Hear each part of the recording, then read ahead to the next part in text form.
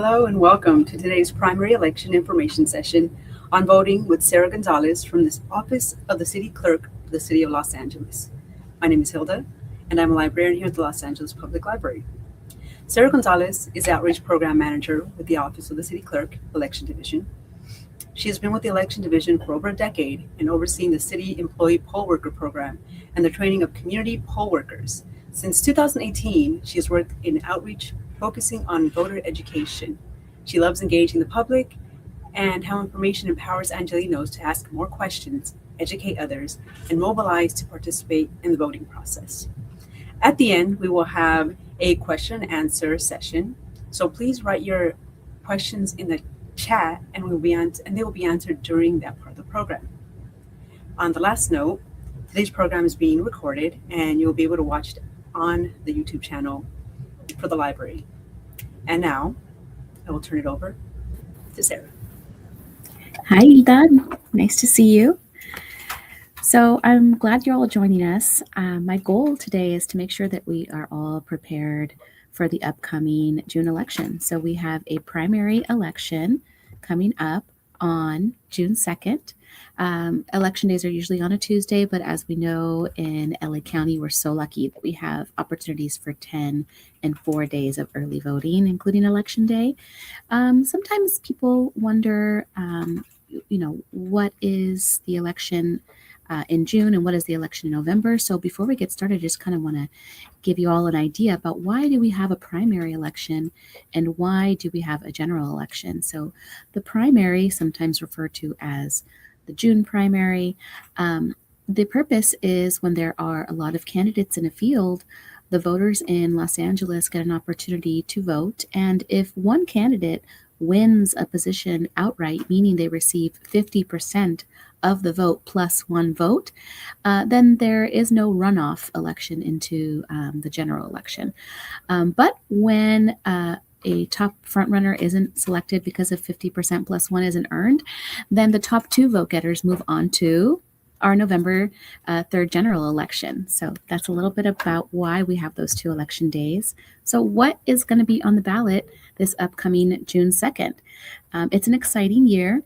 The major elected officials are being selected in June. So for the city of Los Angeles, that includes our mayor, our city controller, city attorney, and then for our city council seats, it's the odd number seats. So if you live in city council districts 1, 3, 5, 7, 9, 13, or 15, that means you have an opportunity to vote for who your representative is going to be at City Hall on City Council.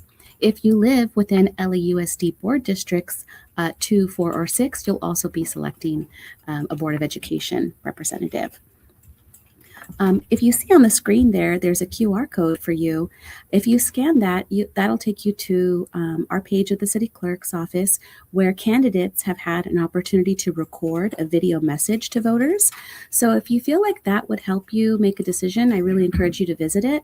It also includes links to campaign websites if a candidate has one and the contact information for each of the candidates. I want to also draw your attention to the other local matters on the ballot. So within the city, we have 3 citywide ballot measures on this June 2nd election. So the first one is Measure CB, which involves applying a cannabis business tax to unlicensed cannabis businesses. Measure TC is attempting to apply a transient occupancy tax to online travel companies.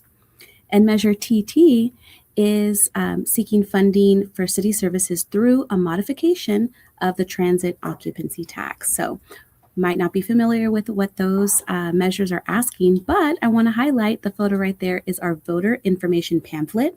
And that is a nonpartisan voter tool that the city clerk's office produces and mails to all of the voters.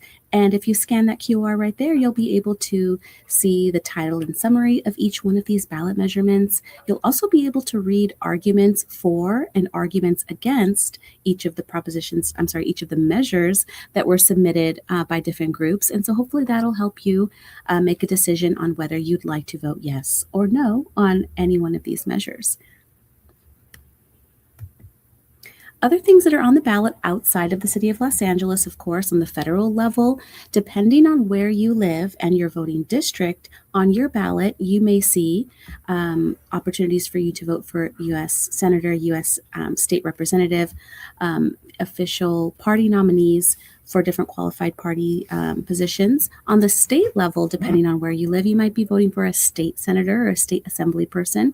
So that is a person that goes to Sacramento and helps make California laws on your behalf. On the county level, you'll be voting on perhaps a supervisor. So the LA County Board of Supervisors is the county sort of version of our city council. So they're the legislative branch of LA County. Depending again, also where you live, you might be voting for different superior court judges. So what do we need to do in order to be prepared for this June 2nd election? I really encourage all people who are registered to vote to verify your details of your voter registration. Right now, today is May 14th. When we're recording this, and vote by mail ballots have already started to be mailed to voters throughout LA County. But if you, perhaps maybe you haven't received it, it might be because your voter registration lists the wrong address. And so whatever address is listed as that mailing address on your registration, that is where the county sends your ballot. So take some time now to scan that QR on the page now, and that will take you to our page, and you can verify the details of your registration. So fill out a few prompts. You'll be able to see your name, your address, even your party affiliation that's listed, but most importantly is that address to confirm that the home and mailing address are correct. While you're there, there's other updates that you can make if you wanted to change anything.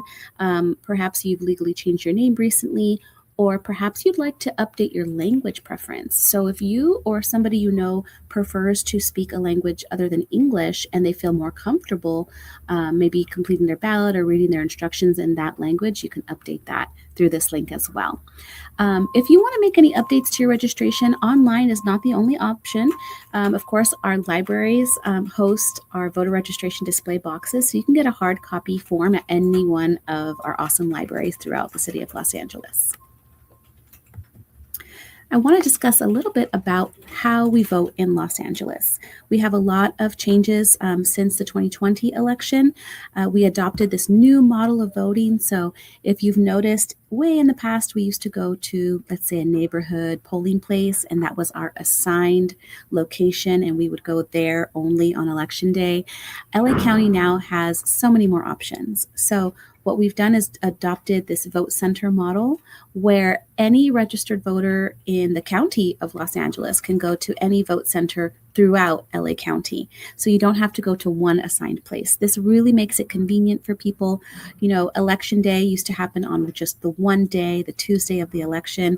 And for people especially who work long hours or work across town from where they live, it's really difficult to find that time to vote. And that's not a problem anymore. So in LA County, we've got some really great features. The first one I touched on is that all registered voters in the county automatically receive a vote by mail ballot. And inside that vote by mail ballot, you've got a return envelope that's pre-posted. You also have your I voted sticker, so you don't miss out on that if you choose to vote by mail. And then, of course, our ballot. And our ballot can vary in length. Sometimes it can be 4 pages, sometimes it could be 12. So depending on how many contests you qualify based on your address, that's kind of how long that ballot will be. But we love that because we feel like it gives everybody an opportunity to really take their time marking their ballot. Maybe we start to fill it out when we first get it, and then maybe we get to a contest that we're not quite sure about, and we can, of course, now pull out our phones, right? Do a Google search, maybe look for a campaign page, maybe look for an Instagram account for the campaign, and take our time to maybe take some notes and figure out how we feel about that particular contest before we fill it out. So I love that the vote by mail ballots come to everybody who's registered. Now, if you do choose to use that vote by mail ballot, there's 3 ways that you can return it. The first is to use the mail. You can go ahead and put the ballot into that pre-posted return envelope, sign it, seal it, and drop it right in your own mailbox. However, the Postal Service has said that they won't guarantee that it gets postmarked, even if you're dropping it off on Election Day. So if you choose to use the mail, we really encourage you to do that about a week ahead of time to ensure that it gets postmarked and received by the county office. The other two options, which this one is my favorite, is using the county drop boxes. So the county did a great job of installing these permanent vote by mail drop boxes. They're secure. The ballots are picked up daily. And so I really love this option. And of course, our LA Public Libraries host many of them. And then the last is to drop it off at any vote center. So if you go to a vote center, you don't need to wait in line. So if you see that big long line, don't worry about it. Just go right over to the front, and there's a vote center staff there that will help you drop it into their box. They'll even do you the courtesy of making sure that your envelope is signed and sealed before you drop it in there. So really great service at all of our vote centers. So those are the 3 ways to return that vote by mail ballot if you choose to vote that way. I love voting in person too. That's part of the fun. It's really exciting. So you can go to, again, any vote center in the county. It does not need to be the one nearest your house. If you have time on your lunch break or time right when you get out from work and that's across town, go to that vote center. We do have many vote centers, but not all, are open for 10 days of early voting. And then all of the vote centers are open for a total of 4 days. So 3 days of early voting plus Tuesday. So Saturday, Sunday, Monday, and Tuesday of election. Really love that. I do want to highlight that vote centers are not always vote centers each election. So as you notice, we use elementary schools, we use libraries, we use rec centers, we use private businesses. So sometimes those locations are not available to us to use as vote centers in the next election. So we know we would love for it to be continuous and predictable for everybody, but locations sometimes are just not available. So just know that if you voted at one vote center in the last election, it might not be a vote center in this election, or maybe it was a vote center for 10 days last time, and this time it's only a vote center for 4 days. So right here on the screen, you've got 2 QRs. The first one will take you to the county's really awesome vote center locator tool. So you can plug in your address or zip code and a map will populate with all of the different vote centers. They even have a tool where you can toggle between the 11 days, so 10 days of early voting plus election day, or the 4-day. So depending on what day it is, if it's, you want to start voting 10 days before election, you can select 10 days and see which options you have that year. Next to that, you will see another QR there for you to scan for the Dropbox location. So if you're wondering where the nearest Dropbox is, you can use that tool there. So again, we love that the vote centers are open early. We love that we can go to any vote center in the county. I would probably use that locator tool before heading out, just to make sure that the place you're going to is operating the same way for this election. The other really wonderful thing about the vote center model is that we used to have to register to vote by the deadline, or we'd have to go all the way to Norwalk to go and vote, but that's not the case. All of the vote centers offer same-day voter registration and conditional voting. So if you have a friend or a family member who says, oh, I can't vote on June 2nd, I missed the registration deadline, you can be the one to deliver the good news and say, no, not true. You can go to any vote center. I'll take you. So be a pal and take them with you, and the vote center staff will help that person register to vote right then and there, and they'll be able to cast a conditional ballot, meaning that their ballot will just go to the county office, the registration will get processed, and that vote will get counted. So a lot of really amazing accessibility tools with our vote center model. All right, I want to highlight some of the accessibility features for anybody who might have any physical disabilities or mobility challenges for voting in person. If you haven't been to a vote center in a while, we have a new ballot marking device that has a lot of really cool tools. So all of the ballot marking devices are wheelchair accessible. And then the ballot marking device has a screen, and you can adjust some things on there to make things easier to read. So for example, you can increase or change the contrast. You can increase the text size, the font size for easy reading. You can also angle the screen so that it's easier for you to see. All of them have an audio feature, so there are headphones there, or you can bring your own headphones to plug in and listen to the ballot, not only in English, but in all of the mandated languages that they offer, which is amazing.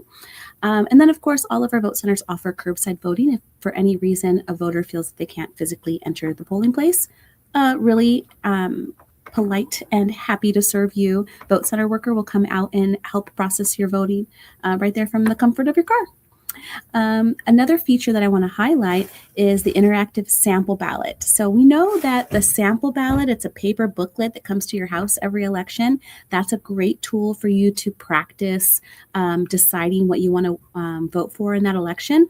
But the interactive sample ballot is a way for you to save your selections and make voting in person a lot faster. We'll cover that in the next slide.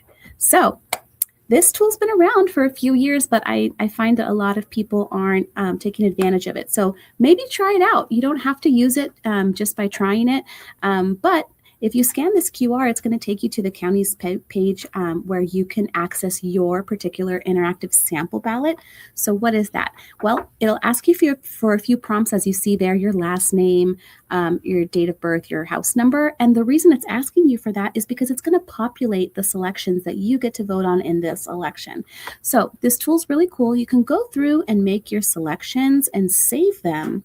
And when you go to the polling place after you're checked in at the vote center, you've signed their pad there, and they give you your paper ballot that you're going to insert into the machine.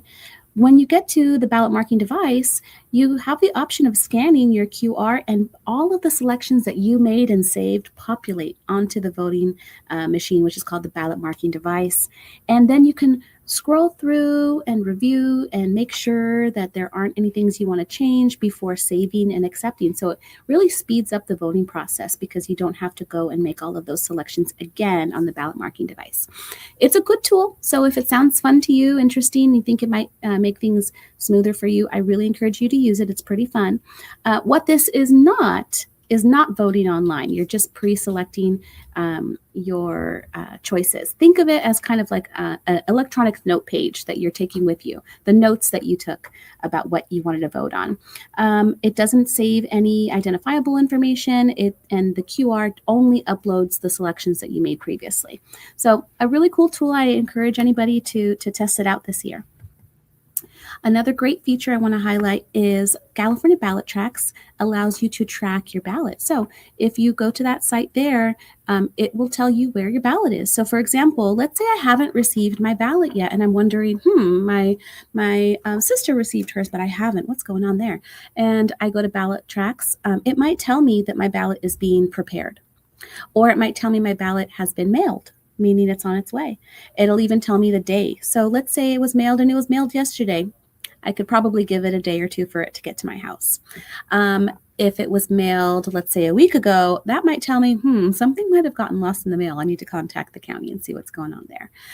After I use my vote by mail ballot and I mail it back, I can see if it got received. So I can check Ballot Tracks and it'll say received. So I know that it is in the warehouse and it's waiting to get processed by county staff, or it might tell me that it's been counted.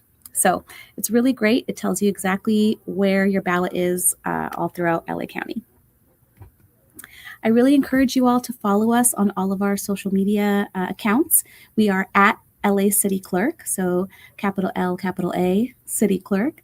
On Instagram and on Facebook, we try to keep folks as informed and up to date there on our social media. And of course, we have some fun reels and ways for you all to stay engaged and learn some fun new things. But most of all, we really just want to encourage everybody who's eligible to cast a ballot. So a few tips that I want to share with everybody is that, maybe you can sort of deputize yourself as the person in your household to ensure that all of the voters in the household know that their vote by mail ballots have arrived at the house.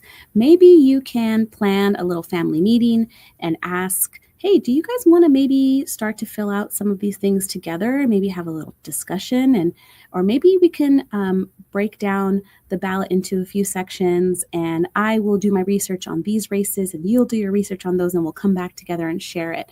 So anything that we can do to make ourselves as a household more informed and more excited about the election, I really encourage everybody to do that. So Ilda, do we have any questions from the chat? All right. And so I encourage anybody who just joined to go ahead and put any questions that you have on inside the chat. But to kick things off, I do have some questions myself. Go for it. So my first question is,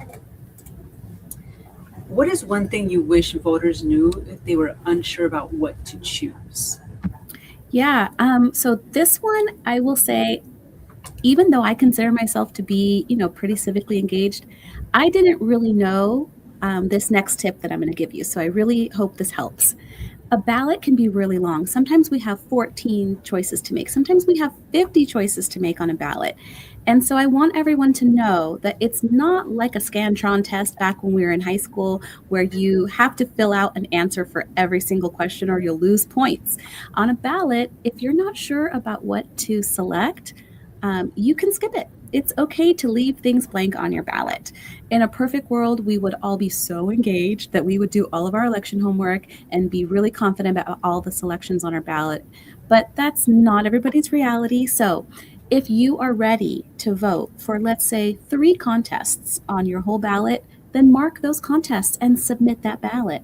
What we don't want people to do is to sit out an election, or worse, sit out multiple elections because they think maybe they're not as informed as they wish they were, or maybe they feel like they don't know enough to make a selection. So you do not have to make a choice if you're not ready to make a choice, but we really, really want people to be empowered to mark their ballot for what they are ready to do. So if you make 3 selections and you put that in an envelope and sign and seal it and send it off, you can still proudly wear your I voted sticker because you did vote for what you were ready for. So I wish people knew that they can skip things on their ballot if they need to. That's a great tip.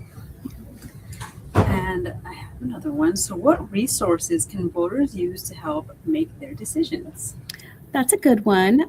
Well, I can say that your government agency's information is all nonpartisan. So as I mentioned in the earlier slide, we send out our voter information pamphlet that gives you the explanation, the arguments for and against each of the ballot measures or propositions that are citywide. So that's a great tool. And then also the Secretary of State and the county both send voter guides as well.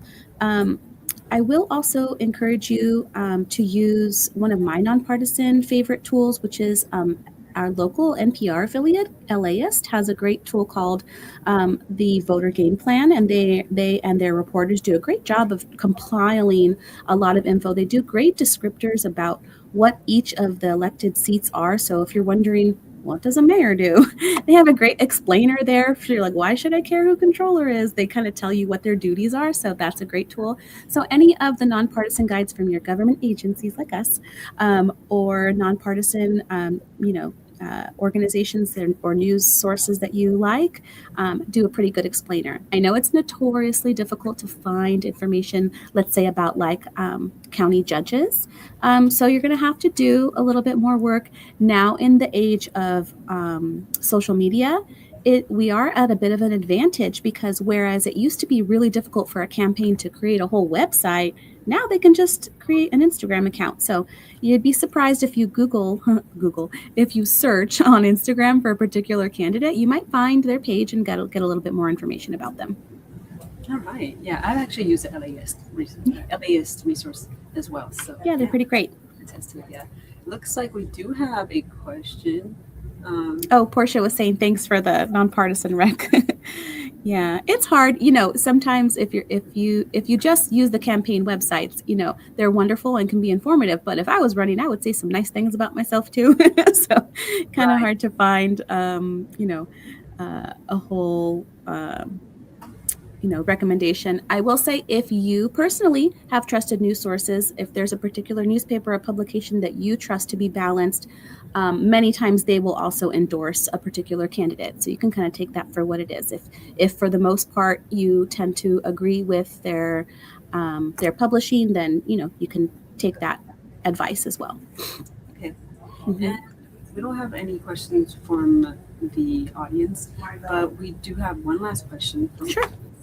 And it is, what can voters do to feel more confident about voting? I love that. Well, I hope, number one, that they'll know that in cases where they feel like they aren't confident, we kind of go back to that first tip, which was it's okay to skip things. But I really think getting together with people and taking the time. I actually just visited my great aunt the other day, and I was very surprised. She said, "Will you help me fill out my ballot?" And so we went through and we kind of talked things back and forth, and I shared what we were able to find, and that was helpful. So honestly, something that can be something that's tedious. We're not all used to studying anymore, for example, so it can get kind of hard. So doing it with a buddy is a great way. I mean, we make time to do lots of things and we waste time doing a lot of things. So it is worth it to spend half hour, an hour with a friend trying to fill out what we can. What I can say, for example, about propositions and measures are a measure is I think of measure and measuring money. So it's kind of like your government's asking you your permission to either use your money, meaning tax dollars, or raise money, meaning raise taxes, to do a particular thing. So a yes vote means you're giving them that permission, but a no vote means nothing changes. So that means in this instance, nothing will change. And a proposition, the tool I like to give me more confidence about what to select is it's a proposition, meaning proposed, proposition proposed. It's my little mnemonic device. Proposed change to a law. So if I say yes, then that law or that policy will be changed the way that they're saying it will. But if I say no, it stays the same. Nothing changes. So there's kind of, it's not that there's no risk, but at least you know what the risk is, which is nothing's going to change. So that when I kind of realized what the no meant, it made me kind of feel a little calmer about making those choices. That's a very helpful mnemonic device. I'll definitely be using that myself. Measure your money and proposed change to a law. Yeah. Love it. Well, I think that is all the questions we have. Thank you so much, Sarah, for the valuable information You're that you welcome. shared with us. For the audience, you can find more information on the website if you didn't have enough with all of Sarah's information. You can see it on lapl.org/vote. There it is on the screen. Sounds good. And if you aren't able to catch those QRs there, I will follow up and send all the links. You could put that in the description box for when it's uploaded on YouTube. Great. Thank you, Sarah. And also remember that you can also watch this presentation again on the library's YouTube channel. So if you missed anything, you can just go back and play back. Thank you very much for joining us.